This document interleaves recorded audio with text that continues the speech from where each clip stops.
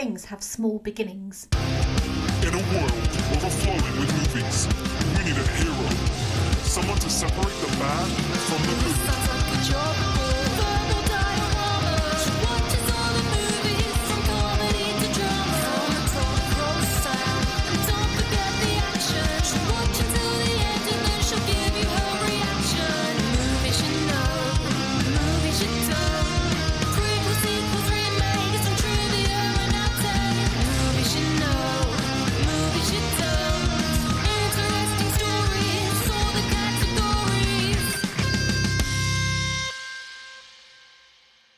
Hi everyone, I'm Em and welcome to Verbal Diorama episode 120, Prometheus and Alien Covenant.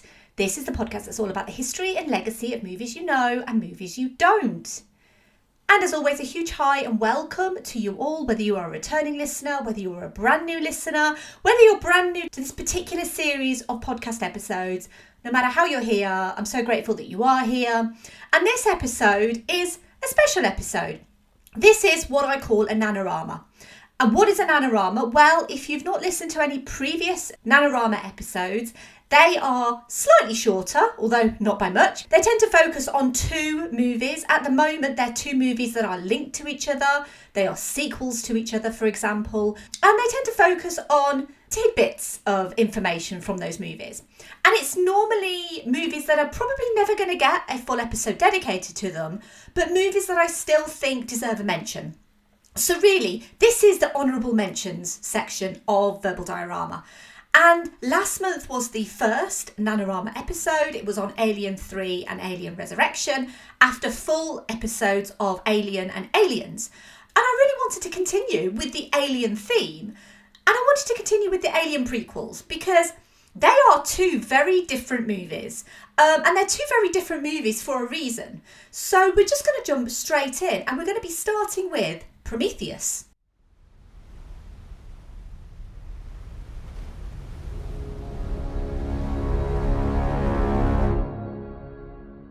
A king has his reign. And then he dies. It's inevitable.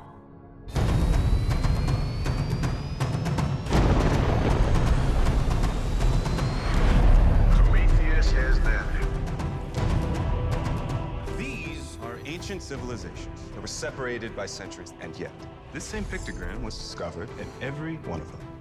You're smiling. I think they want us to come and find them. We're all here because of a map you two kids found in a cave. Not a map, an invitation. From whom? Please tell me you can read that.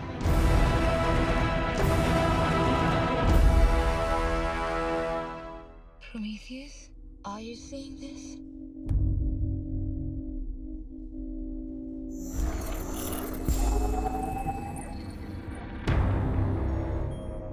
Whatever that probe is picking up, it's reading life form. What do you mean a life form? Oh, the head. They're changing. Changing into what? It's moving? These things moving? What is that? There's a ship. They're leaving.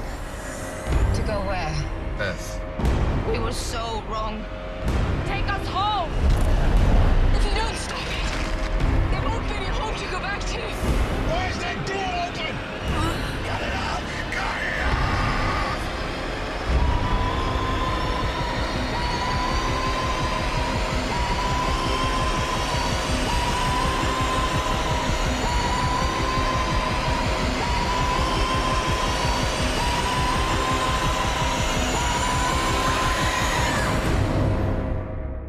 Big things have small beginnings.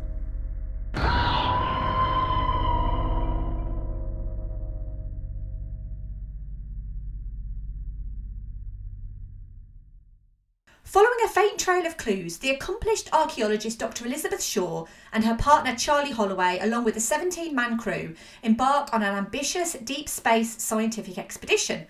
Aboard the revolutionary space exploration starship USCSS Prometheus, the team sets foot on the rocky terrain of the desolate exomoon LV-223 in the year 2093 to investigate the existence of the superior extraterrestrial species known as the Engineers. But there, inside a mysterious, complex structure of cavernous dark chambers and an intricate underground system of tunnels, more enigmas await. Now, a terrifying discovery threatens not only the outcome of the bold outer space mission, but also the very future of humankind.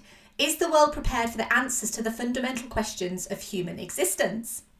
We'll quickly go through the cast. Noomi Rapace as Elizabeth Shaw, Michael Fassbender as David, Charlize Theron as Meredith Vickers, Idris Elba as Yannick, Guy Pearce as Peter Wayland, Logan Marshall Green as Charlie Holloway, Sean Harris as Fifield, Rafe Spall as Milburn, and a slightly smaller role for Benedict Wong, who would become Benedict Wong in the near future, as Ravel. Prometheus was written by John Spates and Damon Lindelof and directed by Ridley Scott, based on characters by Dan O'Bannon and Ronald Shusett.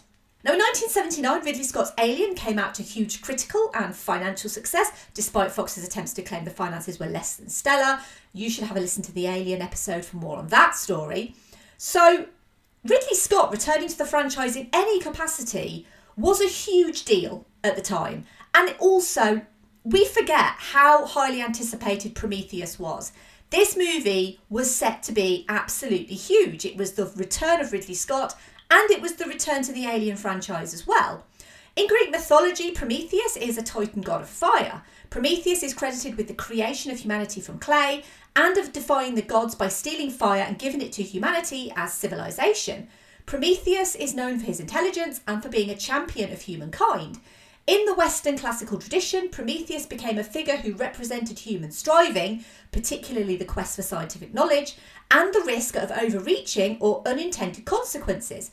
In particular, he was regarded in the Romantic era as embodying the lone genius whose efforts to improve human existence could also result in tragedy. Mary Shelley, for instance, gave the modern Prometheus as the subtitle to her novel Frankenstein, which came out in 1818. The ship, being called Prometheus then, is incredibly foreshadowing. Why couldn't they have just called it Happy Times and Sunshine? But I guess that wouldn't work in the context of the themes of not only this movie, but the plan Ridley Scott originally had for his Alien prequel. It was back in 2002 when Scott started development on the sequel, in which he wanted to explore the engineered origins of the alien creatures, specifically the alien space jockey, a character briefly seen in Alien as the deceased pilot of the ship the Nostromo crew investigate. James Cameron would, at this point, also get involved and start writing a story based on Scott's ideas. However, 20th Century Fox had other plans for the franchise. A script was sent to Cameron outlining a crossover between the Aliens franchise and the Predator franchise, which would become Alien vs Predator. More on that in a little bit. James Cameron hated that idea and so stopped working on this Alien sequel project. In May 2009, Fox stated that the project was a reboot of the franchise, not a prequel, and in June 2009, development stopped after Scott's choice of director, Carl Eric Rinch, was dismissed by Fox, who wanted Ridley Scott to take up directorial duties. And they weren't interested in continuing with the project unless Ridley Scott was director. Scott signed up to direct the movie, now confirmed as a prequel to Alien, in July 2009, and John Spates was hired to write the script based on Scott's story for an Alien prequel. Fox tentatively set a release date December 2011 for the movie, now titled Paradise, named after John Milton's poem Paradise Lost. Damon Lindelof was brought in for rewrites of Spates' script, and in October 2010, Lindelof submitted the final draft for his amended screenplay. The release date was put back to March 2012 after filming was set for January 2011, but this would be amended again to June 2012. Paradise, as a title, was canned after Scott believed the title gave too much away, and it was Fox CEO Thomas Rothman who suggested the title Prometheus. And additionally, every effort was made to distance Prometheus from the Alien franchise, which would follow it canonically. That it would retain strands of Alien's DNA, but would be a wholly unique movie, and that it would tackle the origins of humanity's existence, as well as the link between humans' origins and the space jockey and the creatures we would come to find in Alien. Anne Hathaway, Natalie Portman, Gemma Arterton, Carey Mulligan and Abby Cornish were all linked to the lead role of Elizabeth Shaw, but Swede Noomi Rapace had found international fame in the original Swedish adaptations of Stieg Larsson's acclaimed books as Lisbeth Salander in the Girl with the Dragon Tattoo trilogy of films, also called the Millennium Trilogy, the first of which would be remade in Hollywood with Rooney Mara in the lead role, as well as Daniel Craig. The second would star Claire Foy in the role, and she also found more fame in the Sherlock Holmes sequel Book of Shadows in 2011, which was her first English-speaking acting role, before being cast as Elizabeth Shaw. Ridley Scott had met Noomi Rapace after the release of the Millennium Trilogy and expressed a desire to work with her before casting her as Shaw. Rapace worked hard to perfect a British accent for the role. Charlize Theron was originally wanted for Shaw but was committed to Mad Max Fury Road, but when production on that movie halted, she became available for this one. And listen to episode 105 for more on Mad Max Fury Road. Originally, Peter Wayland was going to be portrayed as both an old and young man, with David accessing Wayland's dreams where he's a young man surrounded by beautiful women. The dream sequences were cut, but by that point Guy Pearce was already cast, and this is why we don't see him as a young man. It's simply Guy Pearce in old age prosthetics. Scott's original choice for Wayland was Max von Sydow. The production of Prometheus was clouded in secrecy, and principal photography began on the 21st of March 2011 at Shepperton and Pinewood Studios here in the UK, including using the famous 007 stage, which was increased in size by over 30% to accommodate the set pieces required. Shooting also took place on location in Iceland at Dettifoss at the Vatnajökull National Park, one of the most powerful waterfalls in Europe, chosen for its rough Jurassic-like look for the scene where the engineer consumes a dark liquid and in essence creates humanity. Themes of creation, artificial intelligence, as well as humanity's relationship with their gods and punishment for defying the gods run throughout Prometheus, which at least attempts to be, in inverted commas, smart sci-fi, that the search for answers continues despite setbacks and copious amounts of death.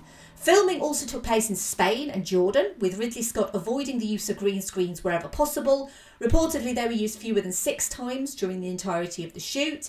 Pretty much all of the sets were built practically and modelled in 3D, including the caverns, the moon chambers on LV-223, and the interiors of the Prometheus. The concept artists working on the film had to get used to creating set dressings that could be rotated in 3D and viewed from every angle. The garage airlock itself was nearly 200 feet long. Even the med pod, where Elizabeth Shaw gives herself an emergency caesarean section, was fully functional.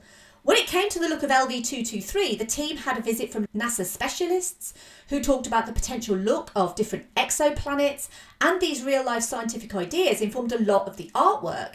The team also had access to photos of ice being expulsed into the atmosphere of Saturn's moon Enceladus, as well as NASA reference imagery of our planet's mountainous regions as seen from space, and other planets, including Olympus Mons on Mars. All of this information was given to the art and VFX departments to create the look of LV-223. The art department started small with just 2 people, Arthur Max and Steve Berg, which evolved over time. As Berg left the project, new designers were hired, eventually becoming a 24-hour art department with offices in both London and LA, collaborating over Skype.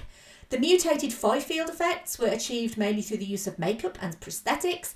Due to concerns that the practical effects would be unsatisfactory, the filmmakers completed an alternative version of the sequence in which 5-field was registered as a digital character with elongated limbs and an engorged translucent head, incorporating a semblance of Harris's face. 3 other variants of the mutated 5-field were modelled, but these were rejected as being too inhuman. Creature designer Carlos Huante, who also worked on The Mummy and Hellboy, chose to make the creatures pale as a comparison to Alien's black H.R. Giger designs, and H.R. Giger has actually an altar dedicated to him in the headroom set of this movie, which contains many Giger Easter eggs in the sculpture hanging from the wall within the alien form. Huante decided to keep his creatures white and embryonic, as to also reference the pale-skinned engineers, which were 8-foot-tall humanoids with full-body prosthetics, and they were also digitally enhanced to preserve their godlike physical perfection. The snake-like hammerpede was a mixture of CG and practical effects, with the wires controlling the puppet removed in post-production. Like in the original Alien, where the hammerpede emerges from the character of Milburn's corpse, the puppet was controlled externally with wires, but the other actor in the scene, Kate Dickie, didn't know it was going to occur, and so her screams in that scene are real. Translucent sea creatures were used as inspiration for the hammerpede, as well as the trilobite, the tentacle creature Shaw cuts out of her own womb, which closely resembles a squid or an octopus. This was also a practical creature, a remote-controlled animatronic with silicone skin, which would create tentacles as it developed. For the adult trilobite, Arthur Max went into Earth's history and found an arthropod creature from the Cambrian period, as well as taking inspiration from Jean Giraud's alien octopus in The Long Tomorrow. The final creature unveiled in Prometheus is the Deacon, which was created in the image of its genetic lineage, with Shaw and Holloway followed by the trilobite, which impregnates the engineer, to give the Deacon its long pointed head, and its jaw was inspired by the goblin shark. Prometheus had a huge marketing campaign, including viral marketing at 2011's San Diego Comic-Con and 2012's WonderCon, and a partnership with Verizon, which advertised David 8 androids, narrated by Michael Fassbender. When it was released, Prometheus sold £1 million worth of pre-sale tickets here in the UK and became the most pre-booked film at that time. Prometheus would go on to earn $403 million worldwide against a $120 million budget, becoming the 18th highest grossing film of 2012. Its critical reception would be mixed, but its visuals and main performances would be almost universally praised. But Prometheus would leave behind lots of questions in its wake and more than a few plot holes. Ridley Scott would reiterate that Prometheus was a standalone story with DNA links to Alien, but with Prometheus only asking questions and not answering them, Damon Lindelof suggested this was intentional, with sequels planned to answer those questions. And in August 2012, a sequel to Prometheus was announced. And so, we fast forward a few years, 11 canonically, and 5 in its release date, to the next movie that I'm going to be talking about, Alien Covenant. You've all sacrificed so much to be here and be a part of this thing we're doing. This crew is made up of couples. It's the first ever large-scale colonization mission. And everyone back on Earth is Really grateful for your hard work and your courage. we're making history here. This is weird. What are the odds of finding human vegetation this far from Earth? Who planted it?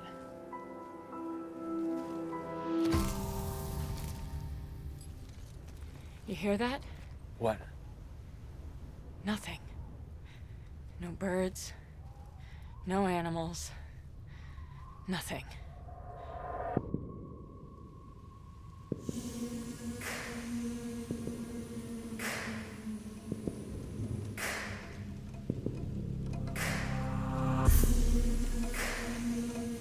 What happened here?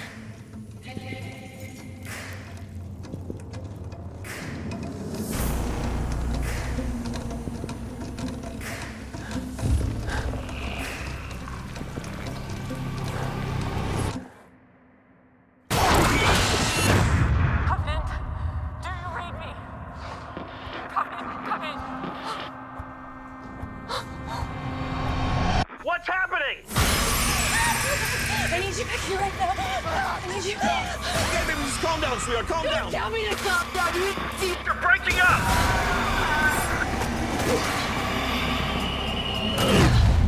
All of this is to start our new life.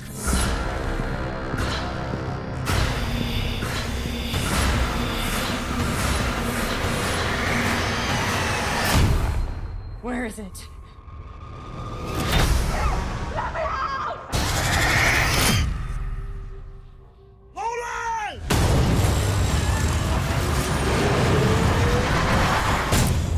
Holy.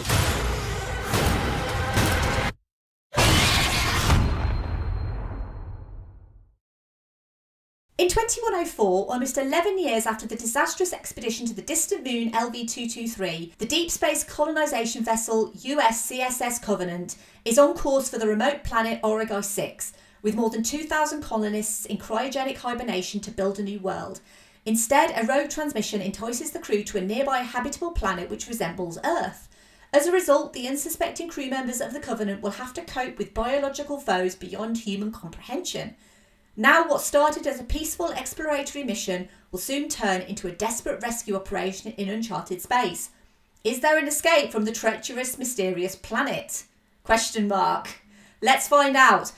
Go through the cast of this one. We have Michael Fassbender returning as David and also an additional character, Walter. Catherine Waterston as Catherine Daniels.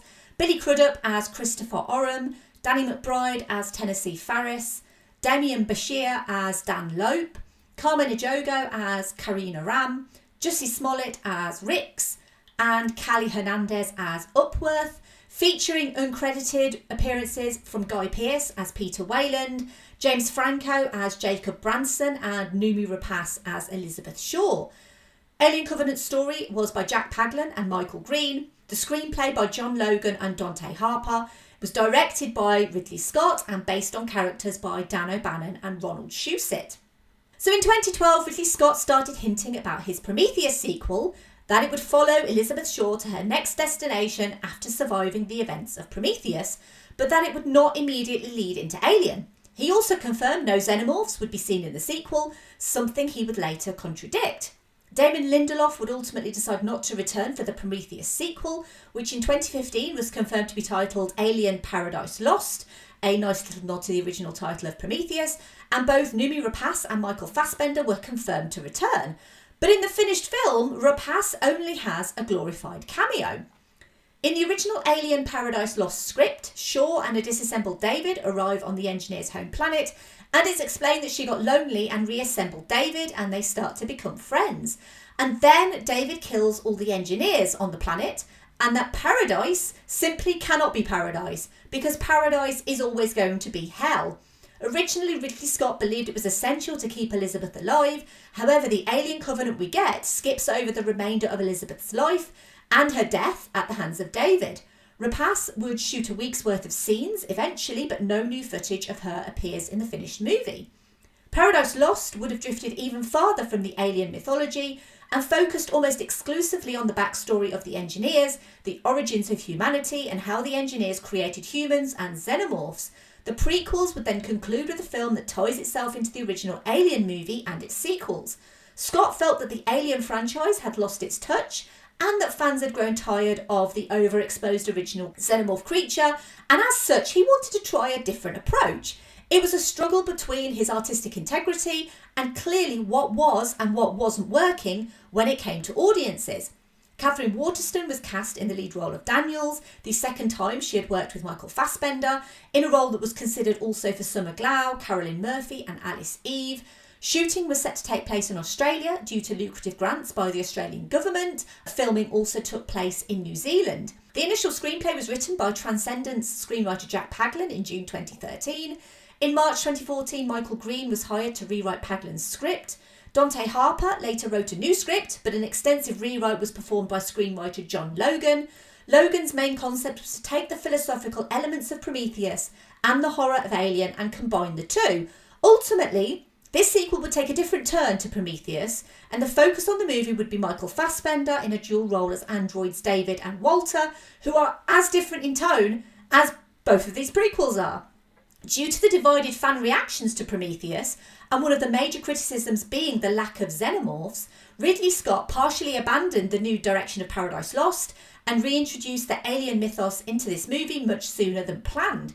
Now renamed Alien Covenant, and now very much not a direct sequel to Prometheus. Alien Covenant's design team still had their work cut out for them when it came time to reintroduce the film's eponymous antagonist to new audiences, as well as debut a whole new creature design in the Neomorph. Ridley Scott still wanted a huge practical presence in the creature work on Alien Covenant, and creature designer Connor O'Sullivan drew on the same biomechanical Geiger-esque designs from the original Alien, while not mimicking that design to show the evolution of the creature. Baboons and praying mantis were used as reference points for its movements. The storylines through Prometheus and Alien Covenant is that these creatures are naturally occurring and genetically diverse, having engineer, human and alien DNA. The xenomorph has always had humanoid features, obviously because it was played by a man in a suit in Alien, but the humanoid features add to the nightmarish appeal of the creature, and this was a creature that audiences really wanted to see in a movie that was a prequel to Alien. The xenomorph scene in Alien Covenant was created between Scott and O'Sullivan, who created different models, a 9-foot tall and a 6.5-foot tall model, which were physically on set. Effects houses Odd Studios and Creature NFX provided the film's makeup and animatronic creature effects respectively, while Australian-based effects house Animal Logic provided the film's digital visual effects. Approximately 30 people from Creature NFX worked on the project for almost 6 months building animatronics.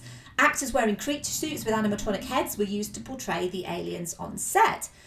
And David's breeding of alien creatures, from airborne viruses to chestbursters, may not make sense from a narrative point of view, although nice callback to the airborne alien virus from one of Alien 3's unused scripts.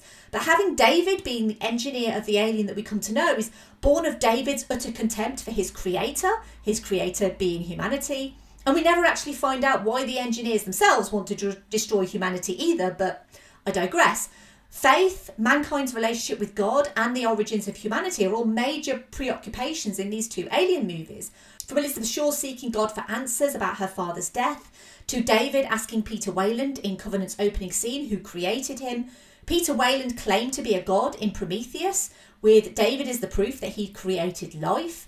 In his opinion, that put him on the same plane as the engineer and gave him the right to immortality. The engineer obviously didn't agree, and it capably demonstrated that claiming to be a god can be a dangerous thing. And now, with Alien Covenant, David is claiming his own version of godhood by not only being indestructible, but also determined to create his own species and setting it loose on the universe to cement his total domination. Alien Covenant, despite giving the viewers more of what they wanted, didn't do as well as Prometheus at the box office, grossing $240.9 million against a $97 million budget. Ridley Scott planned 2 further sequels to lead into the first Alien film. The screenplay for the Alien Covenant sequel was completed in 2017, and despite the financial disappointment of Covenant, Fox still planned to forge ahead with the sequel. Going back in time a little bit, in 2015, District 9 director Neill Blomkamp announced plans to helm the 5th film in the Alien franchise. His concept was based on his own original artwork and was set to take place immediately after events depicted in Aliens, ignoring Alien 3 and Alien Resurrection. Franchise stars Sigourney Weaver and Michael Biehn were set to reprise their roles as Ripley and Hicks, respectively. However, as both the Alien 5 project and Alien Covenant were moving forward simultaneously, Fox wanted to prioritise Alien Covenant and asked Blomkamp to delay his project until the release of Alien Covenant. But unfortunately, his Alien 5 movie was cancelled by Fox in May 2017. Also in 2015, Scott announced that Covenant would be followed by a 3rd prequel, tentatively entitled Alien Awakening, which was designed to closely resemble and tie into the 1979 original. However, the poor performance of Covenant once again forced Scott to reconsider the direction of the franchise, and with Disney's acquisition of Fox, the Alien series is now reportedly being taken in a new direction, with an Alien TV show by showrunner Noah Hawley, which focuses on the executives who've made a profit from sending so many Weyland-Yutani employees to their doom in pursuit of these alien creatures. Alien Covenant is where the franchise finishes for now, but I just want to say one final thing, because I need to thank my friend and patron of this podcast, Scott, because Scott actually bought me a copy of Alien Covenant on Blu-ray, and he also came round my house and watched it with me. Scott is a genuine treasure. I know he's listening to this. To thank him, I bought him pizza, and literally the greatest gift that I could give him was he had cuddles with Jess pretty much all night.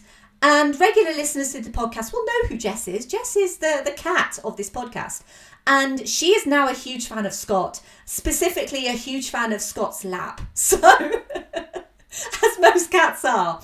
But a huge thank you to Scott for buying me a copy of Alien Covenant, because without that, I would not have been able to watch this movie. I would have been able to watch this movie, but it's always nice to have a physical copy. Thank you for listening. I would love to hear your thoughts on Prometheus.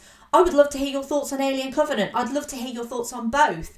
I'd also love to hear your thoughts on this Nanorama format, because it is a little bit different to normal episodes. I do plan on continuing them.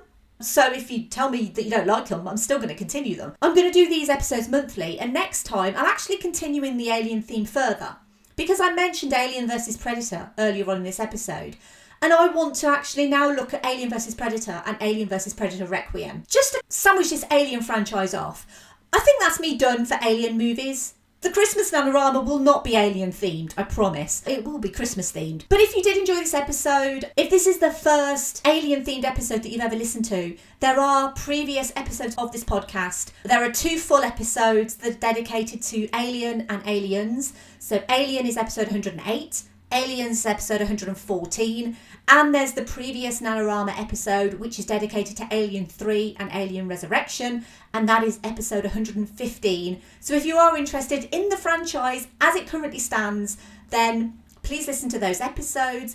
If you did enjoy listening to this podcast, or you do enjoy listening to this podcast, it would be really cool if you could tell someone about this podcast. If you could leave a rating or review, that would just be amazing. And if you want to follow me and talk about any of these alien movies, because I am open to talk about them, you can follow me at Verbal Diorama on Twitter, Facebook, Instagram and Letterboxd. You can also check out my website, verbaldiorama.com. I mentioned Scott earlier. Huge thank you to him and the other patrons of Verbal Diorama. If you do want to become a patron, it's verbaldiorama.com/Patreon. And finally, I'll do the fingering. Sorry.